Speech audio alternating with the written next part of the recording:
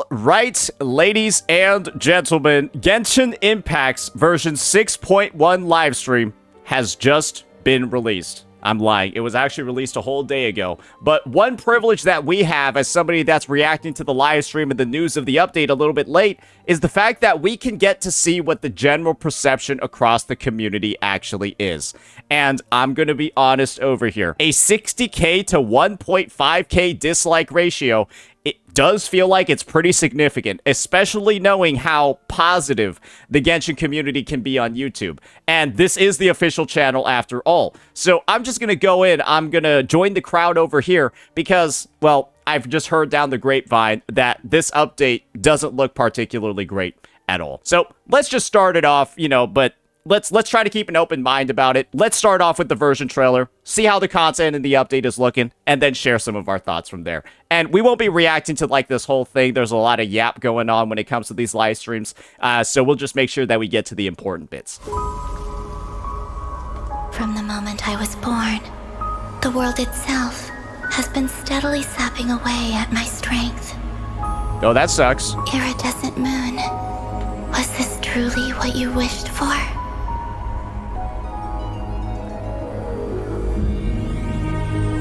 We finally got a clear look at his face and learned his true identity. I want you to kill him. Huh? He would never suspect. A visionless visionary? I did indeed lose my power to see the future, right up until... I don't know what it is, but does it feel like the voice acting quality in Genshin Impact has sort of gone down in recent months? I don't know if these are like all NPCs or if they're playable units, but the last couple of people have sounded kind of bad. Just now, I believe I saw something new. Why is he attacking the damselette? What's going on? I can barely sense any Kuvaki at all. This whole area feels like a soulless husk. Was it also intended for that shit to be at like 10 frames a second? This is a threat that the Knights of Favonius cannot ignore. Oh, there we go. Our only chance lies in uniting as one. And I'm talking all the factions and not cry. Is there a reason why he's using Diluc's fucking Wolf's gravestone?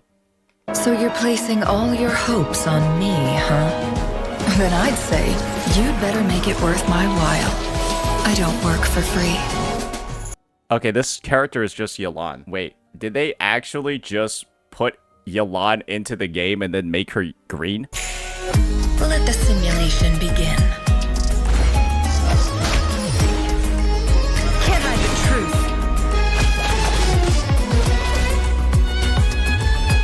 Let's see what you're made of. Seek within.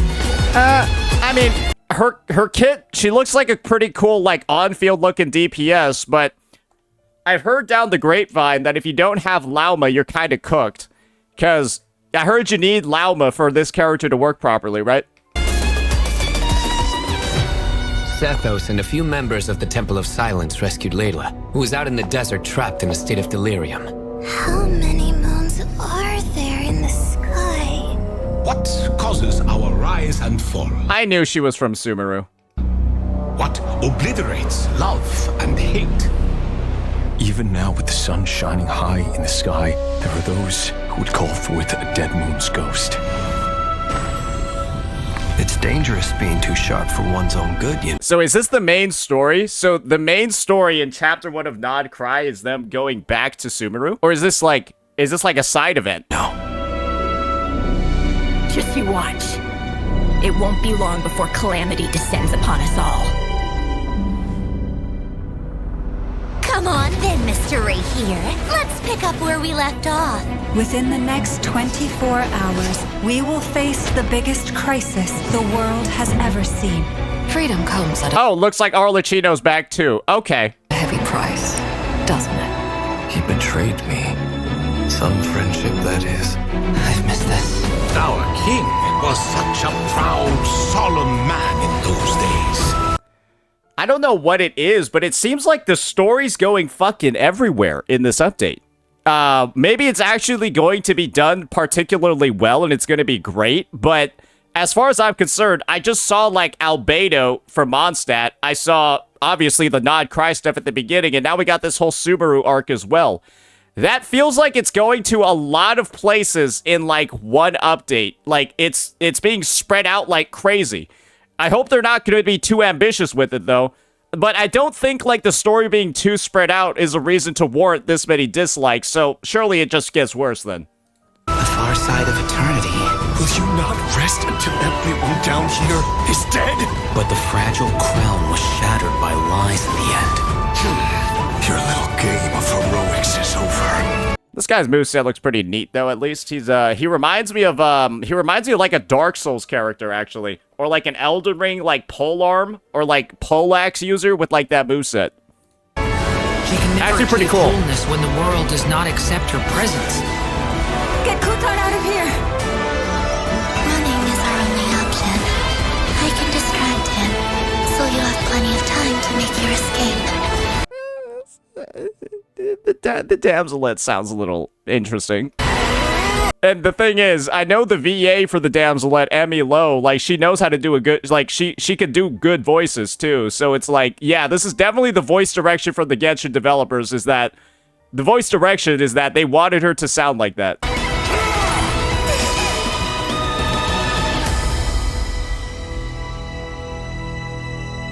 Yeah, I'm gonna be real with you. It feels like this version trailer and the story in this version is pretty ambitious, and they've done the same exact thing that they've always done, right? Spoil the entire damn thing in the trailer. Because, oh gosh, I wonder what's gonna happen. Looks like Rerir is gonna go attack Columbina. And he's gonna end up dealing some serious damage to whatever defenses she has holding up, and so it's gonna be the Traveler's responsibility. Alongside everybody in Nod Cry, you're gonna get Varka, you're gonna get Nefer, you're gonna get Lauma, all ready to go help her and make sure that Rerir doesn't accomplish his mission. You're wondering how I know? Oh, I don't know. There's something that's telling me that's exactly what's gonna happen. But yeah. Surprises aren't really necessary when it comes to the Genshin Impact space. So let's just go ahead. Let's take a look at whatever else is going on in this patch. All right. So they got like all the stuff going on over here. They talk like 17 minutes about the character. Let's just see what her kit looks like and what she's able to do. Okay. She can unleash a special charge attack by consuming Verdant Dew created by Lunar Bloom. Okay. I feel like I don't need to read anymore. Yeah, okay, if you don't have Llama, go fuck yourself. Is that just it? Do I need to read any more? Because, I think there's only one character in the game that can do Lunar Bloom, right? Outside of her, it's, Llama. So if you don't have Llama, good luck doing any of this shit in her kit. Is that a fair take, ladies and gentlemen? Have I not been treating, the game very fairly at this point? Because I don't think I need to read the rest of it. Let's look at what the reruns are looking like over here. Maybe they have details about her weapon. Do we know what her weapon does? Along with 3 Nod Cry. Okay, we have no idea. I'm pretty sure this weapon is going to be, after triggering a Lunar Bloom reaction, boost the character's damage by like 35%. After Lunar Bloom is like active on the field, boost the character's damage by X%. Good assumption. It's probably spot on. They're also going to be running Zhongli. Nobody's going to pull this unit because he got power crept. And so, yeah, the supports in this game. So he's a sustainer, right? He's there to make your team survive. They've decided to make the sustains in this game. They're also now the best buffers in the game as well. And so his buffs aren't even close to the levels of any of the other existing sustained units. He's also the Archon. He's also the leader of China, so they're probably going to buff him later on, because I have no idea what he's doing on these banners. And all Chino's a steaming pile of dog shit. Just go pull Mabuika instead like everybody else. I don't even know what the point of her on the banner is. For this phase, Farina's still pretty good, because she can be usable with all the broken teams. I think Lauma at C1 actually heals. So that's pretty cool, right? Yeah, Farina's over here. Lauma at C1 heals, I think, the entire team. So it's like intended for you to get Lauma C1 and then use her with Farina to go fuck up the game. Remember what I said about sustains in this game being broken? Yeah. What else do we got going on over here? You can see over here, they're progressing through the content of the live stream relatively quickly. Okay, now, are they just spoiling more of the story? How long do they do this for? Okay, they just spoil the story for like 5 minutes. Like, what? And now they're gonna spoil the boss that's in the world quest? Okay, alright, like, okay, cool, dude. Okay. Now let's just skip all of those spoilers and get on into the events. Let's see what they actually have going on in this update. I don't think I need to take a look at this video in particular to get the rundown of it, because as you all know, they're gonna talk for fucking ever. So why don't we just check out the event overview video itself? A good 2 minutes that should hopefully succinctly cover everything that's going on in this update. Let's see it.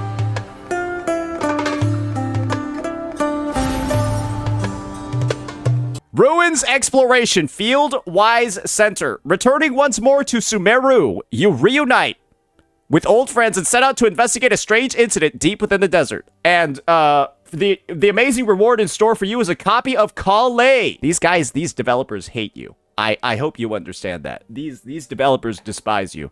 That in the big 2025, they make the reward from this event a fucking Calais. Bro, isn't she already free? Don't you already get a free copy from her from entering Sumeru? Oh god. Oh god. If I watch it, sorry. I'm just thinking back to Wuthering Waves currently. Which is still the better game, but it's just this is what we have in Wu-Wa as well. It's just mini games. Hey, maybe skillful scouting is... Wait, no, this is actually straight up the rail game from Wu-Wa. What the fuck?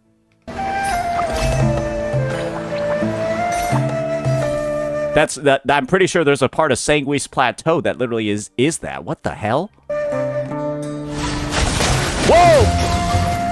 Never mind. It appears that Genshin 6.1 has surpassed Wuthering Waves 2.5, 2.6, and 2.7 because, well, fuck, would you look at that? They have a combat event. Well, riddle me this.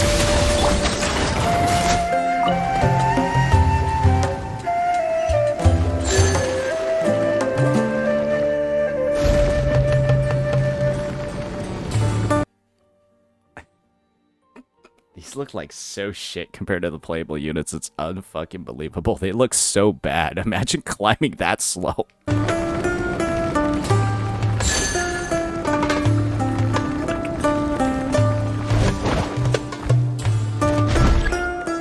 Bro, that shit looks so boring.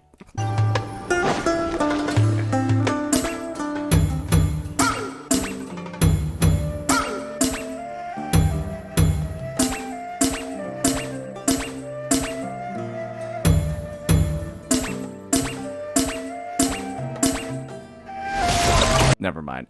If I called the other one boring, the other one is... I'm sorry. I spoke too soon. I should have saved that for the event we just saw. What did that do?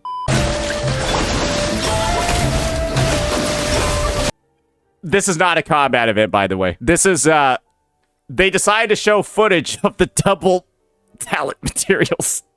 They decided to show footage of a domain for the double drops event.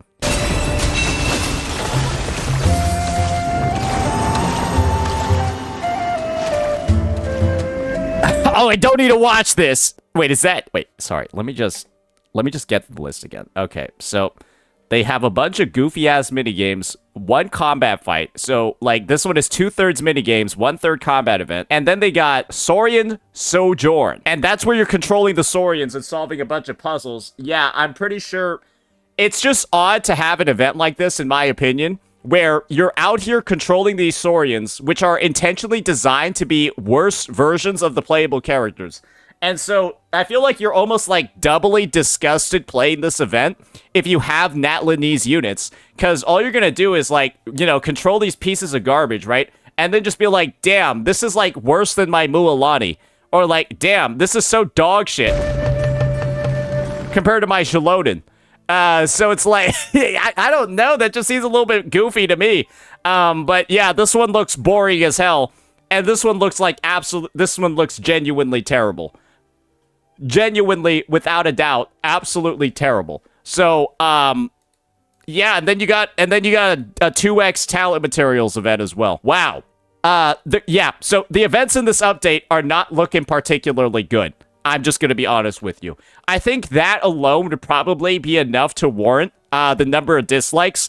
The story does look a little bit goofy. It got spoiled completely. And of course, right, the events of the update don't really look that great either. But don't worry, there's more. I guess they spoiled the entire quest as well over here. So, great job with the Genshin devs for doing that one. That's going to be that for all the version updates. Now let's get into the real meat. Let's get into the real reason, apparently, for why everyone's upset. Because you can see over here, they're done with all the content in the update, but there's still about 20 minutes left at the live stream. So let's see what this is all about, ladies and gentlemen. Welcome back, travelers! Okay, so let's jump right in. Genshin Impact Miliastra Wonderland is an in-game world travelers get to shape themselves. Woohoo! It's finally here! Where is it? They're all lying. Nobody's excited for this. Yeah.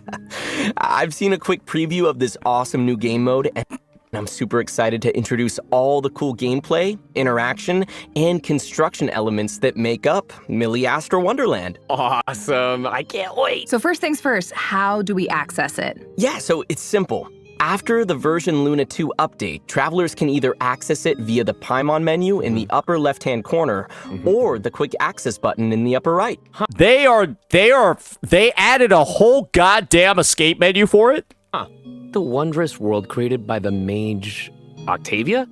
Wait. Does that mean Miliastra Wonderland is connected to the Hexen Circle? That's right. The creator of Miliastra Wonderland is the mysterious mage O, who goes by the pen name Octavia. I don't fucking care about the lore of this shit. Okay, let's just skip over. Let's see what they got over here. So basically, after you meet Master Jean and unlock the wish system.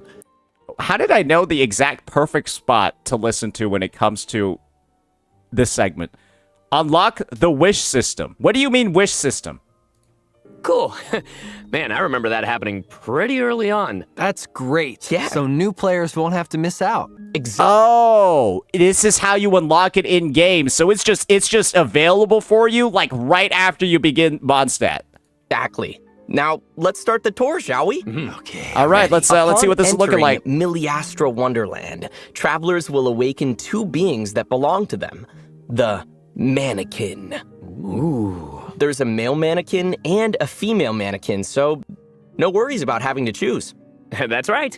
In Miliastra Wonderland, you are the architects of creation.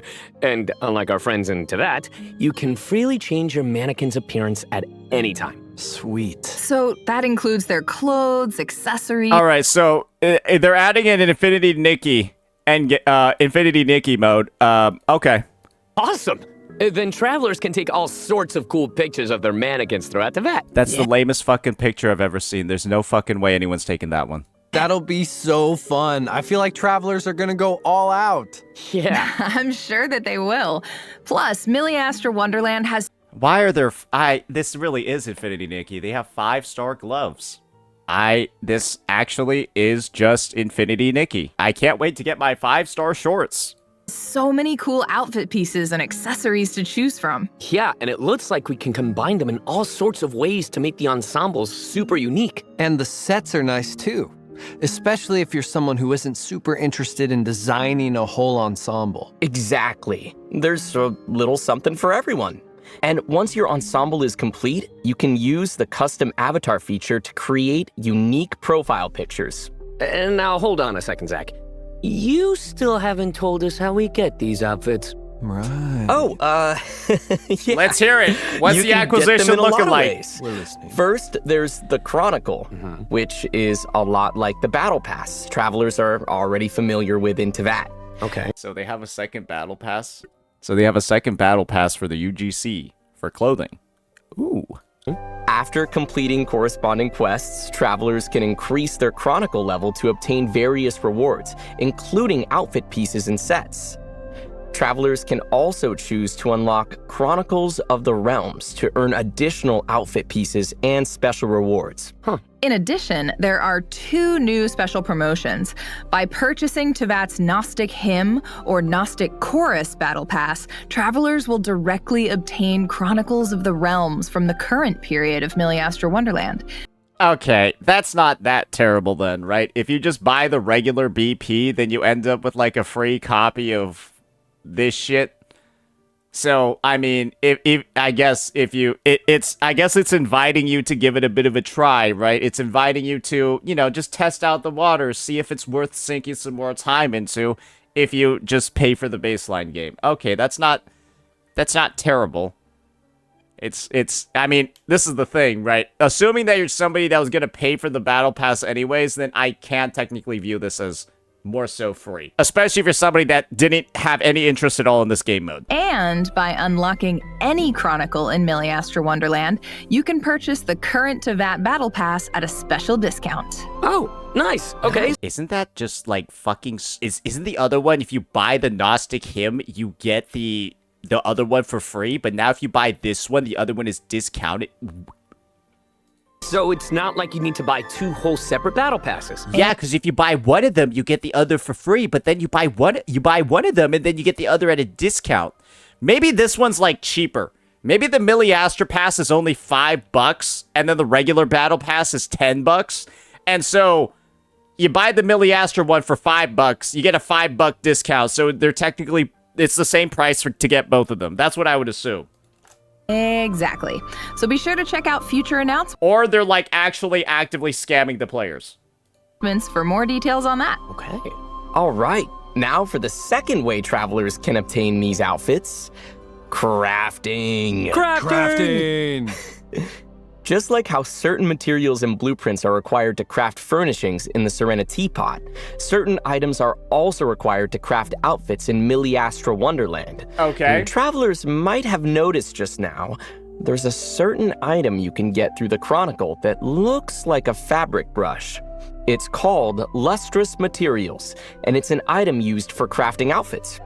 Travelers will also need outfit blueprints known as catalogs, which travelers can get from the standard Ode banner Encounter Echoes. Bro, this is like the most convoluted shit I've ever fucking heard. So you don't need to get the fucking clothing from the banners. You get blueprints for the clothing? What the fuck? Wow. It looks like there are so many styles. So true. It looks like you can go for something cool or casual or they let you be Silverwolf, I guess. something straight out of a fantasy world. That's awesome. I love choices. I want all of them. Okay, now hold on a sec, Zach. You mentioned something called the Standard Ode banner. Does that mean there are limited time banners too? That's right. So to keep things engaging, Miliastra Wonderland will get a new theme with each version update, along with a limited time event ode to go with it. The theme for version Luna 2 is Phantom Night Candlelight, and the exclusive outfit set, Candlelit Revelry, will be featured on the event banner. And we happen to have a quick preview of this version's theme. Let's take a look. Make an ode. Okay, I see that there's a resource. It looks like there's a discount on these as well. Do it. So they got them limited time outfits. Oh man, looking real spooky. Oh, my timbers are shivering.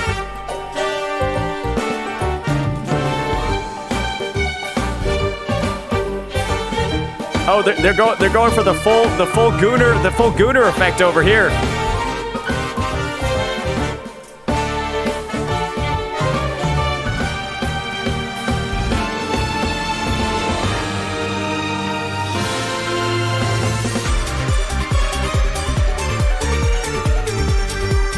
The best part about this entire live stream is the music that they're playing in this one reveal. That's probably it.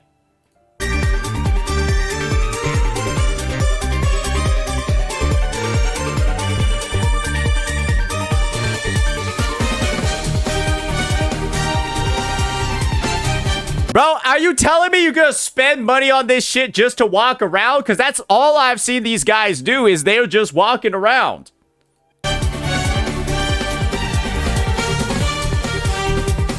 Like, can you show them doing something?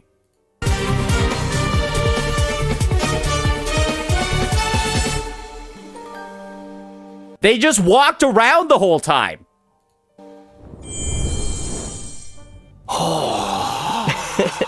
Okay, all right. Okay. How do you? Let's just see how this system works. Let's just see how this system works. Okay.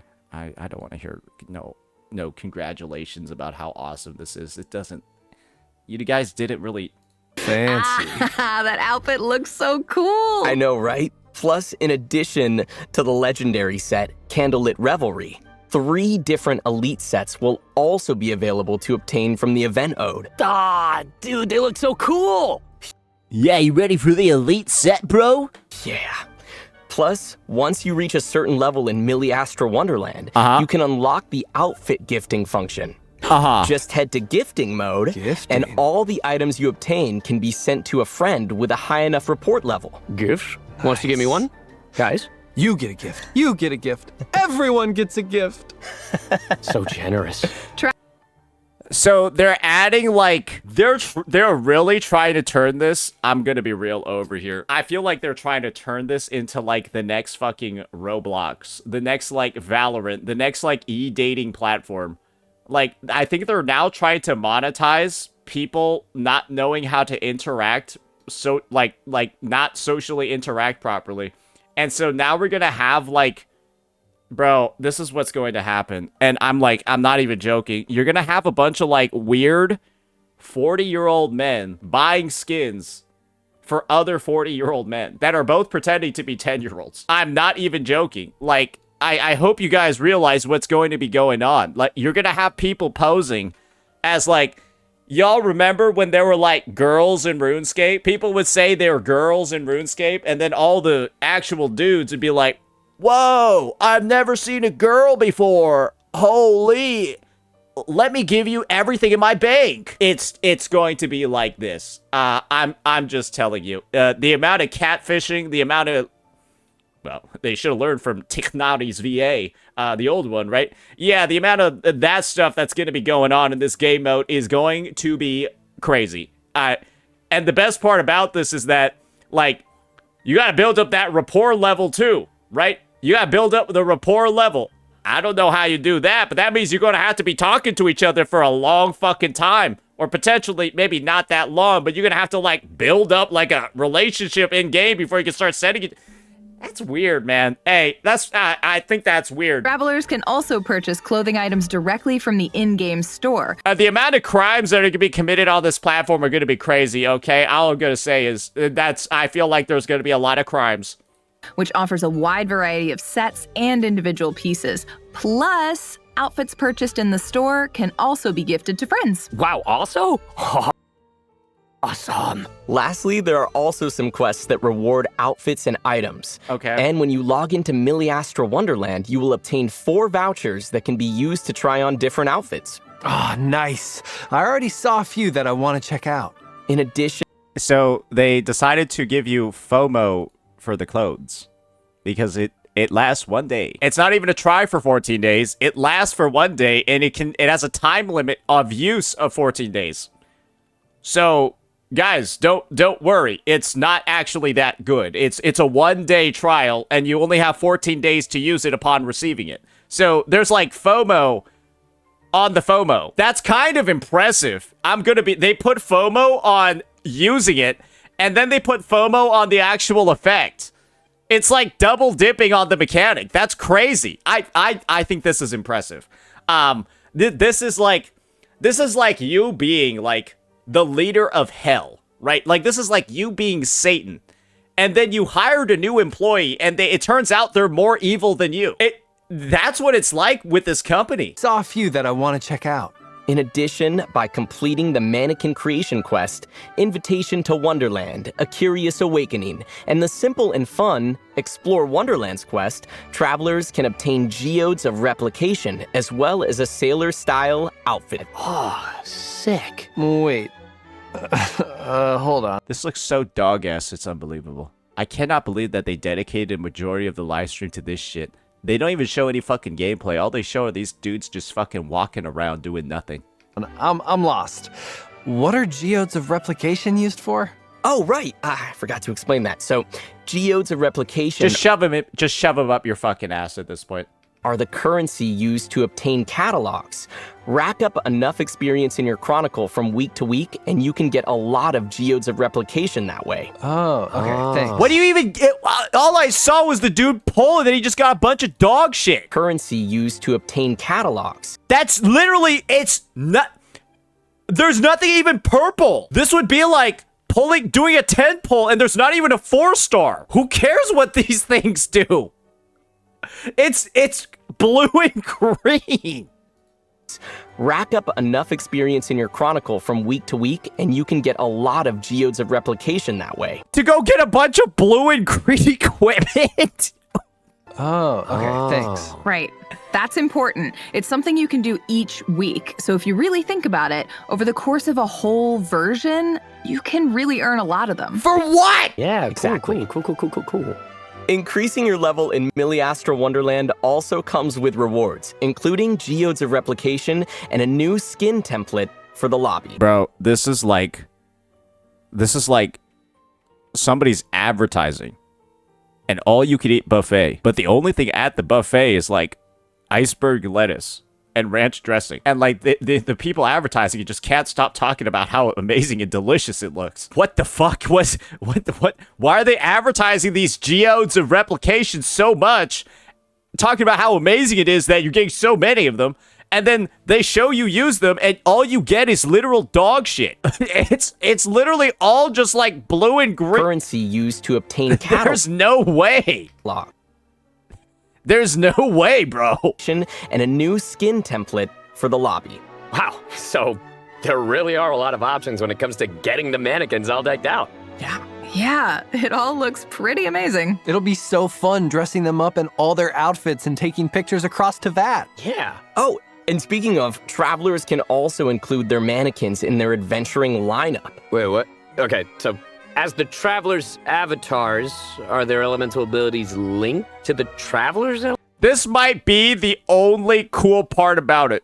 The fact that you can play them in the overworld, but I guess they cannot be used in the Spiral Abyss, Imaginarium Theater, and Stygian Onslaught, so they cannot be used in the endgame. Elemental type? That's exactly right, okay? Nice. So their character level in Teyvat corresponds to your Wonderland level. So Ascension doesn't require any materials, and you can still earn Acquaint Fates when their level increases. Let's go. Nice. Wait, what? Wait, so are they just like a skin for the Traveler, but then they're like level 0 or like level 1 until you do the Dreamland Wonderland shit? And then you basically are just doing all of this so that you can just play the Traveler, but you already have them. Oh, and another fun detail is that when the mannequins unleash their elemental skill or burst, their appearance will switch to a preset outfit. Oh.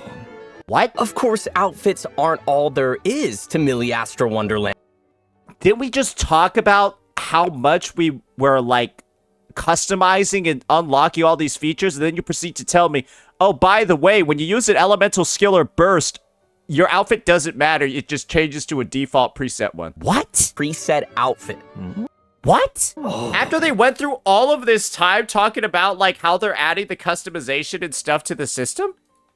Of course, outfits aren't all there is to Miliastra Wonderland. There are fun games in store too. Oh, fun games! Fun games!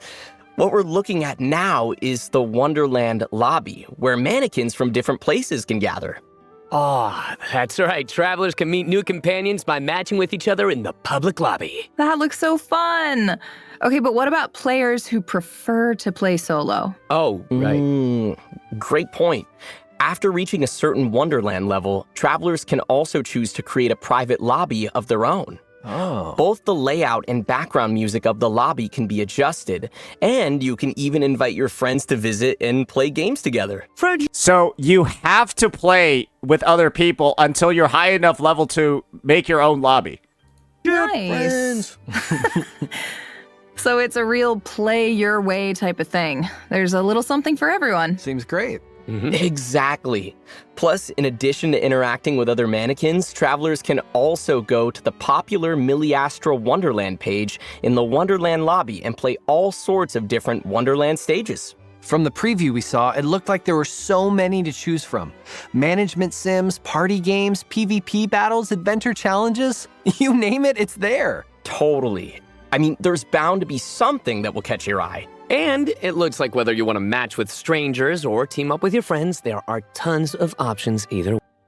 I mean, this is just going to live and die, right? On the quality of the game modes. And if they're actually, like, good game modes, then yeah, there are going to be people that play it. And of course, there are going to be people that will, like, spend money to have aura in these game modes by having just amazing outfits like this in their gameplay. So it really, again, is all about, like, how good the actual game modes are. And this is the reality of the situation. Well, this is why Genshin Impact, Hawkeye Star Rail, and ZZZ have been fucking around so much with all the events. It's so that they can do beta testing for the ones that they put in this game mode. So we'll just have to wait and see how actually good these game modes are, because if they're all dog shit and boring, then no one's going to have any incentive to do anything in this game mode, and they're not going to buy any of the outfits, and it's actually just one of the biggest wastes of budget ever. And the other thing is that even if it does do decently, or it does sustain itself, or it does do well, people are just going to be consistently asking, right? Oh, man, so what about the actual fucking game? What about Genshin Impact, not Miliastra Wonderland? And they're going to be wondering, okay, is there no content? Or is the content dog shit in the update because they're spending so much time on the UGC? Are we getting a worse Genshin Impact to get a better UGC? And that's something that's also going to upset a lot of people. That's right. You can also set up achievements, ranks. Okay, I don't really care that much anymore. What else? Oh, what the fuck? You're talking about Genshin Impact players over here. Nobody's going to be smart enough to use this shit.